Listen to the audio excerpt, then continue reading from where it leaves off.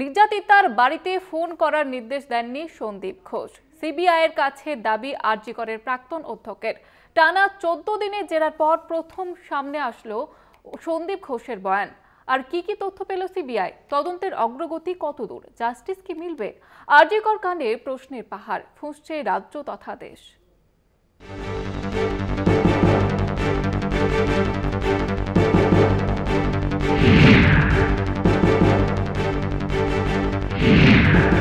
15 দিনের সিবিআই তদন্তে এখনো পর্যন্ত বড় কোনো ব্রেকথ্রু সামনে আসেনি। উল্টে চোখে পড়েছে অনেক অসঙ্গতি, যা পুলিশের ভাষায় মিসিং লিংক। কখনো সামনে আসছে লাল নীল সবুজ চাদরের তত্ত্ব, কখনো বা ভাইরাল হচ্ছে অজ্ঞাত পরিচয়ের অডিও।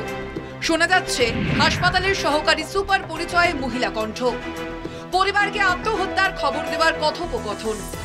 এ বিষয়ে চোখ তদন্তকারী সংস্থা। ভাইরাল অডিও সত্যি কিনা, কিভাবে তা ছড়িয়ে যাচ্ছে তা নিয়েও এখনো ধোঁয়াশা।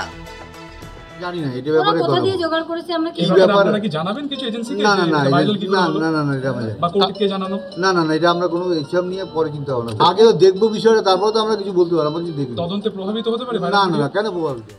আরজি কর কাণ্ডে সিবিআই তদন্তের 15 দিন, সিজিওই সন্দীপ ঘোষের হাজিরার 14 দিন। এই 2 সপ্তাহে কত দূর এগোলো তদন্ত? সন্দীপ ঘোষকে জেরায় কি তথ্য উঠে এলো? ধৃত সঞ্জয় রায় বাদে আরজি করের নৃশংস ধর্ষণ ও খুনের ঘটনায় সিবিআই এর স্ক্যানারে রয়েছেন সন্দীপ ঘোষ। তদন্তভার হাতে নেওয়ার পর থেকেই আরজি করের প্রাক্তন অধ্যক্ষকে ম্যারাথন জিজ্ঞাসাবাদ। সন্দীপ ঘোষের বাড়িতে গিয়েও তল্লাশি চালায় কেন্দ্রীয় এজেন্সি। তবে এত সবকিছুর পরেও তদন্তের নিট ফল প্রায় শূন্য। এখনো পর্যন্ত গ্রেপ্তার একজনই। বৃহস্পতিবার সন্দীপ ঘোষকে প্রায় 11 ঘন্টা জেরা করে সিবিআই। ফের শুক্রবার সিজিওয়ে দেখা যায় সন্দীপকে। আরজি করের প্রাক্তন অধ্যক্ষের কাছে কি জানতে চাইছে সিবিআই? টানা 14 দিন ধরে কোন অজানা তথ্যের খোঁজ চালাচ্ছে কেন্দ্রীয় এজেন্সি?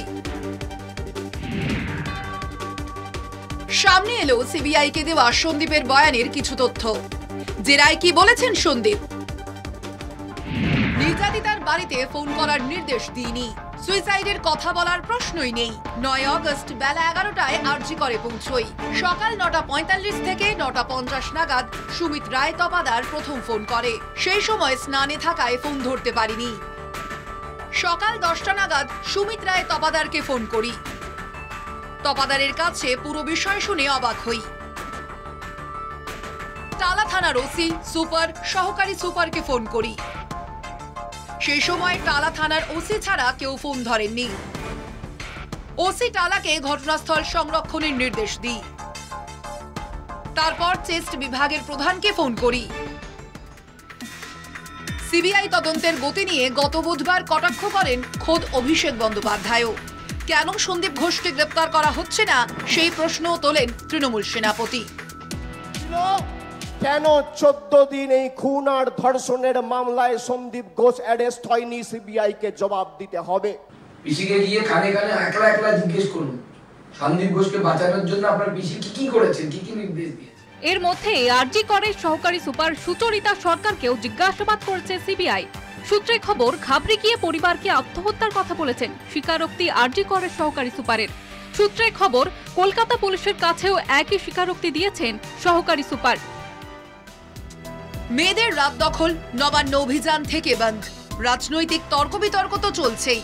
কিন্তু এইভাবে প্রতিবাদে কি বিচার পাওয়া যাবে, নাকি বিচারকে সরিয়ে সামনের সারিতে এখন রাজনীতি? সিবিআই তদন্তের 2 সপ্তাহ পরেও নিট ফল শূন্য। পরিবার তো বটেই, তদন্তে ধৈর্য হারাচ্ছেন সাধারণ মানুষও।